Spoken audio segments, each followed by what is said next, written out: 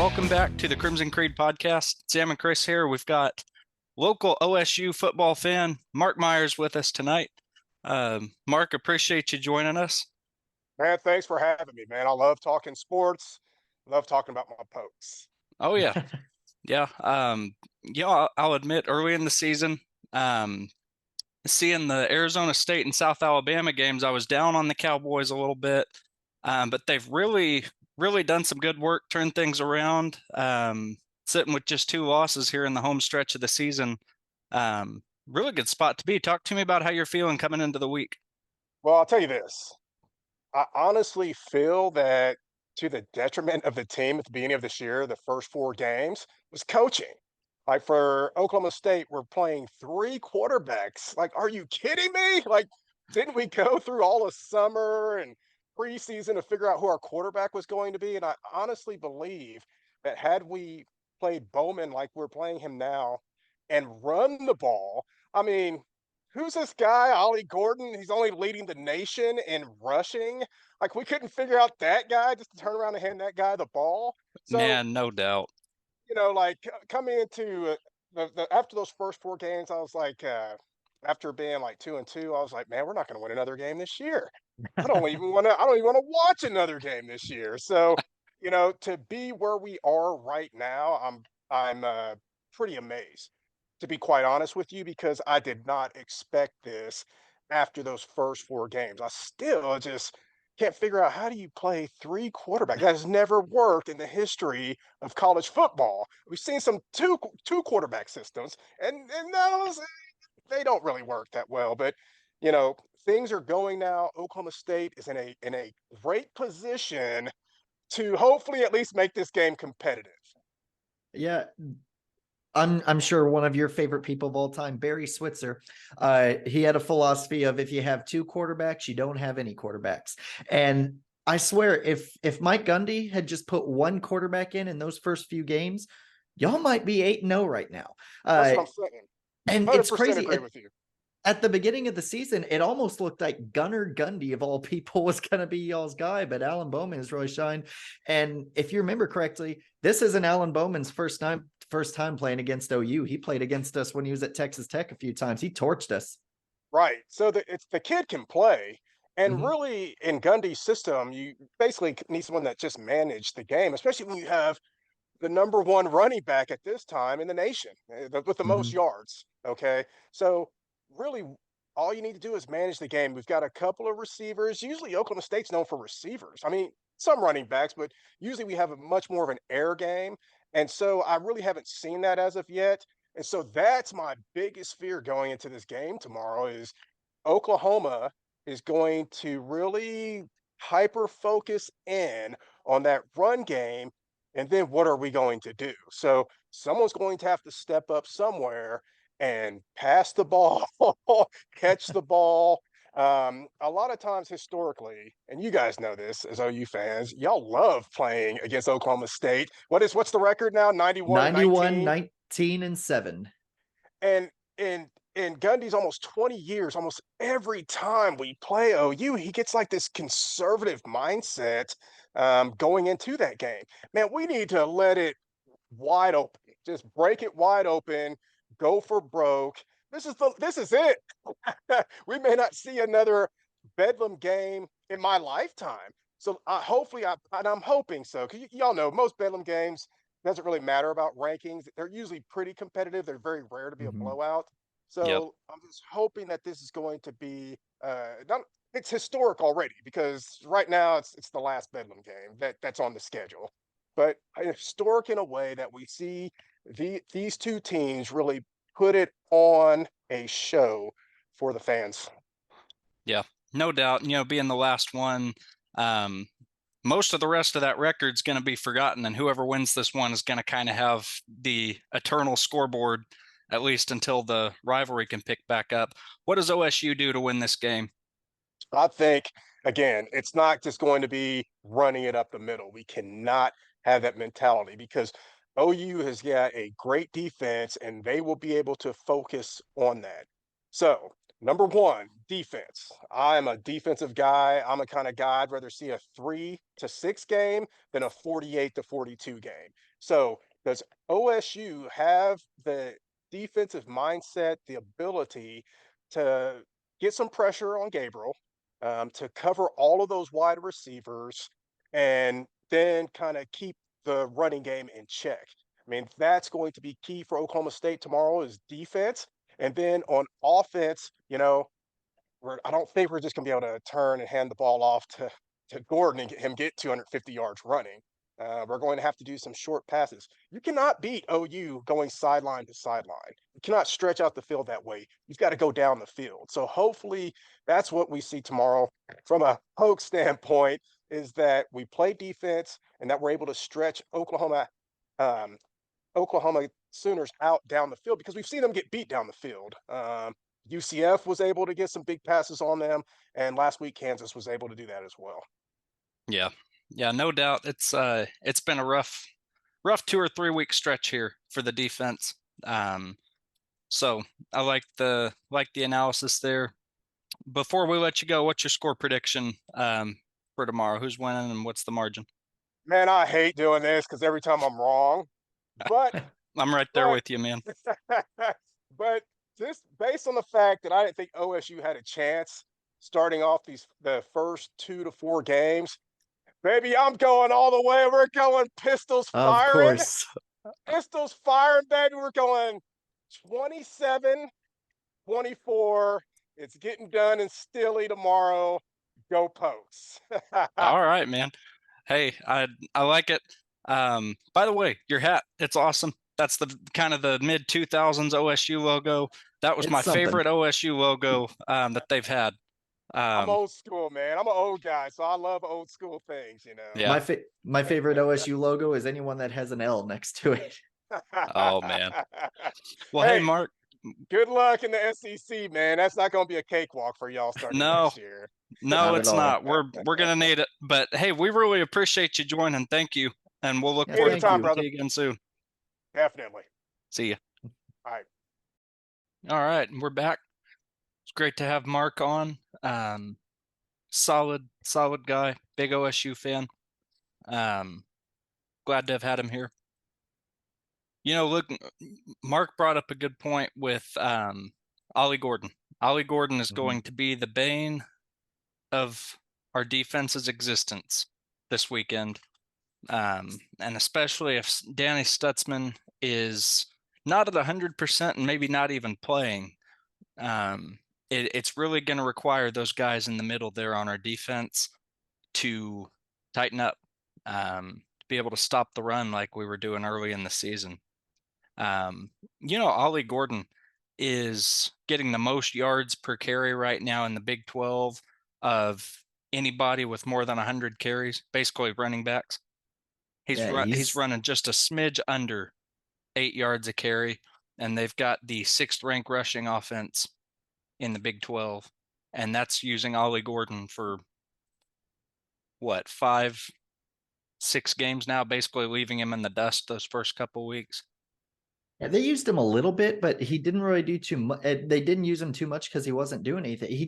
He suddenly broke out.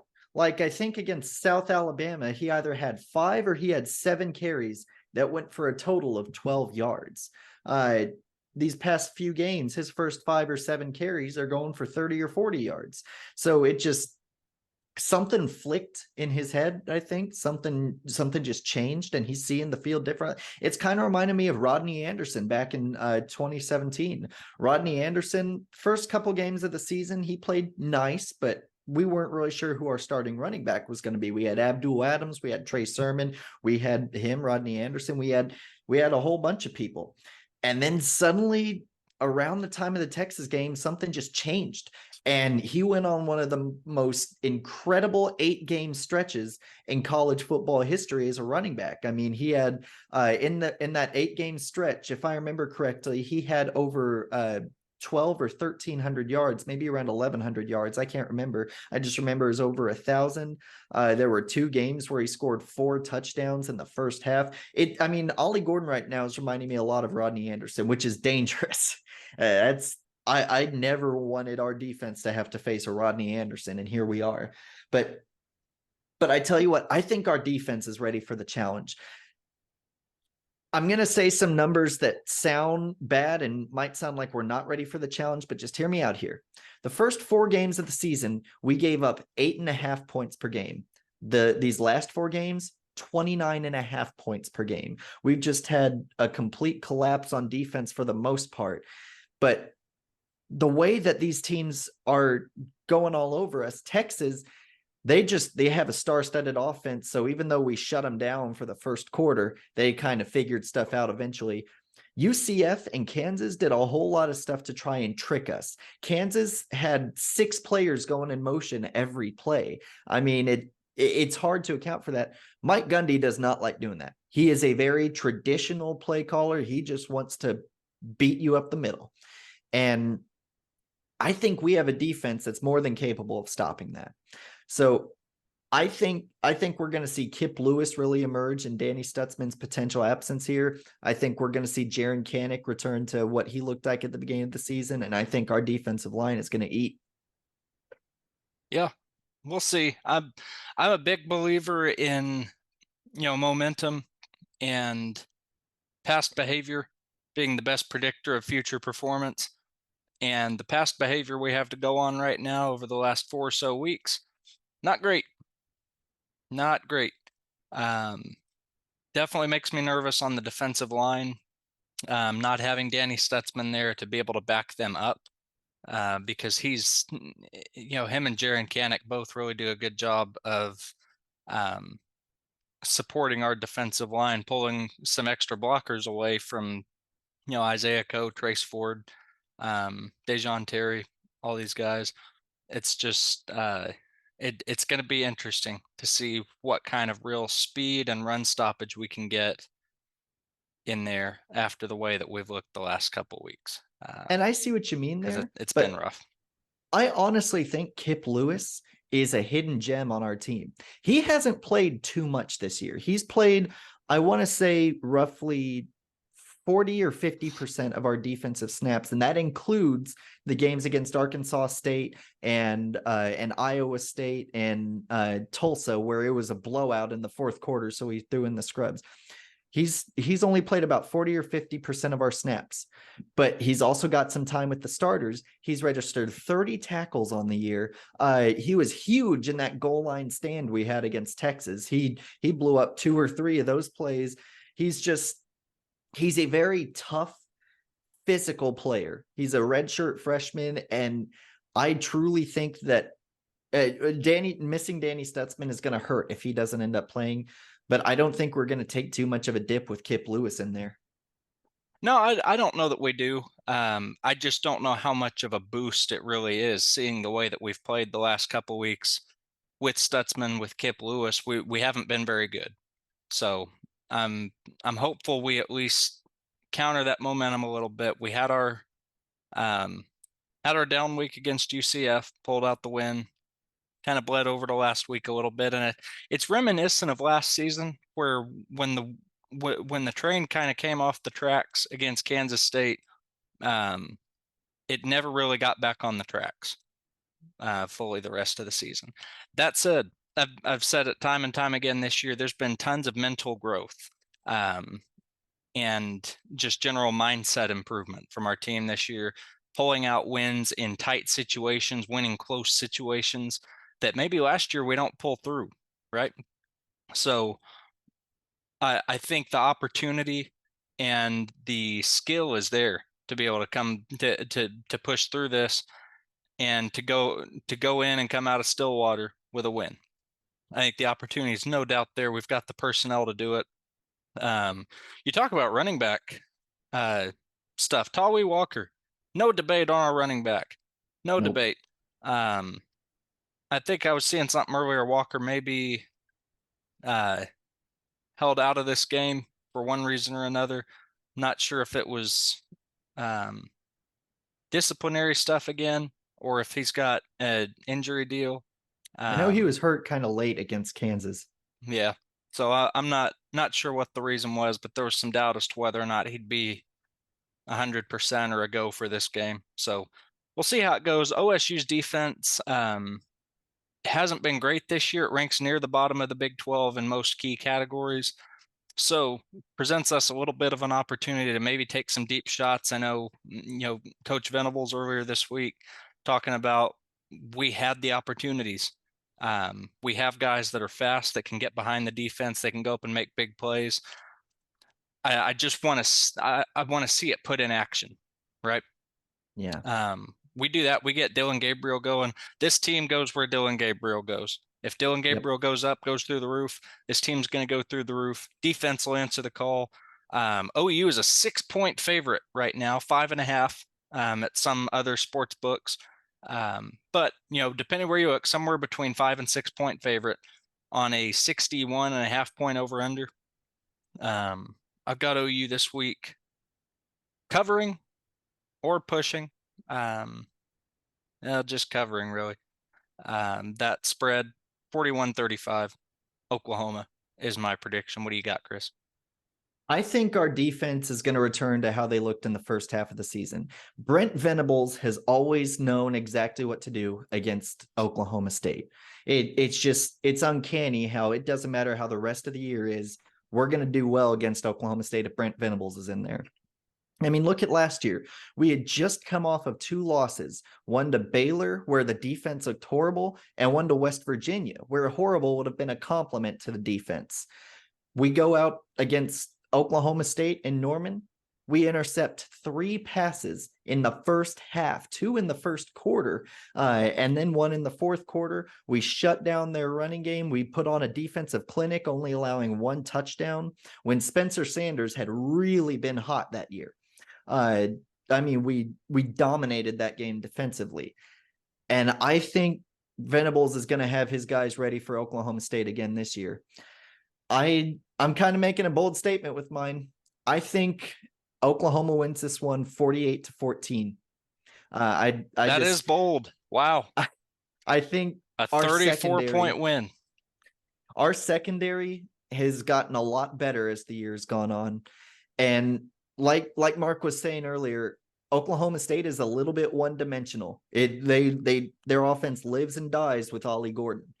If we can make them throw the ball, Gentry Williams, he's going to get interceptions. Peyton Bowen, Billy Bowman, they're going to make plays. And Peyton Bowen should be 100% this week, meaning he should be back in the starting lineup again. It's just, I think there's so many things going right for us this week. And I think we're going to see Jeff Lebby finally trust his Heisman candidate quarterback again. Brent Venables was talking about how we need to be a lot more aggressive, and I think we're going to see a lot of that. So 48-14. Right on, man. We'll see how it goes. Sam's stupid story of the week. Man in New York City breaks into a jewelry store overnight, gets trapped in their vault, and fire department's called. Fire department can't get into the vault. They can't break it open without creating a big human safety issue. So this old boy just gets to sit. He sits in this vault where some stuff is secured inside, and he has to wait overnight. It's on Fifth Avenue, the World Diamond Tower. It's got several jewelry businesses in it, and he has to wait for the security timer on it. The vault apparently unlocks at a certain time of day, I guess when the manager gets there or something. But vault unlocks, police and fire are waiting right outside for him, and he's taken into custody. I would not ever want to spend a night in a jewelry vault. And I'll tell you, the closest thing to that is going to be watching Clemson and Notre Dame play this week. This is going to be a rough game. Notre Dame has looked spotty at best this year. And Clemson, four-wing Clemson with an angry Dabo Swinney and a quarterback that probably is not going to back up Dabo's talk. Not going to be a good one. I've got a very, very low-scoring, uneventful game in that one. I'm with Mark. I love the defensive battles. Sometimes, though, you can tell in those low-scoring games whether it's really a defensive battle or if you've got 2 bad offenses. And this is going to be Mississippi State cough. Yeah. This Clemson Notre Dame is going to be a rough one. On the SEC front, we do have LSU and Alabama playing this week. That was obviously 4 years ago a much bigger and much more consequential game. Still a decent game this year. Alabama, just with the one loss, still some playoff hopes alive there. They've got some work to do and got to hope for some help in front of them, but they can get there. Quick question. What are you watching this week? Who is Alabama's loss again this year? It was Texas. And does Texas have any losses on the year? You know what? I'm not. Yeah, Texas does have a loss. Oh, who'd they lose to? OU. Interesting. Yeah, So interesting. it's interesting what we're going to see in the Alabama game. I've been jokingly calling it the movable object. Let's see here. What is it? What is it that people have said before when there it is, a very stoppable force versus a movable object. The stoppable force is Alabama's offense, and the movable object is LSU's defense. Where LSU has a high-powered offense and Alabama has a shutdown defense, Alabama has an abysmal offense, and we're not even going to honestly, it looks like an Alex Grinch defense that Brian Kelly has out there. So it's definitely going to be interesting to see how that game pans out, because the two best units are going to be going against each other at the same time. The two worst units are going to be going up against each other. I'm also going to be keeping my eye on Athens, Georgia, where the number 12 Missouri Tigers go in and face number 2 Georgia. If you had told me that at this point in the year, the combined record in that game would be 15-1 and that Missouri would be a top 15 team, I probably would have slapped you and not believed you. But here we are. I think Georgia is going to end up blowing Missouri out of the water, but Missouri will be exposed. I think if there's any single player who can really wreak havoc on Georgia's defense, it's going to be Luther Burden, the former OU commit who decommitted thanks to someone who won't be named. Also, Big 12 championship implications. There's currently a 5-way tie for first in the Big 12. OU, Oklahoma State, Texas, Iowa State, Kansas State all have the same amount of conference wins and losses. All are 4-1 in conference. And 4 of those teams play each other this weekend. There's OU versus OSU, and there's Kansas State versus Texas. Texas is going to be without their starting quarterback, Quinn Ewers. Malik Murphy is going to be in there. He played all right last week. Real quick on Malik Murphy. I was reading earlier.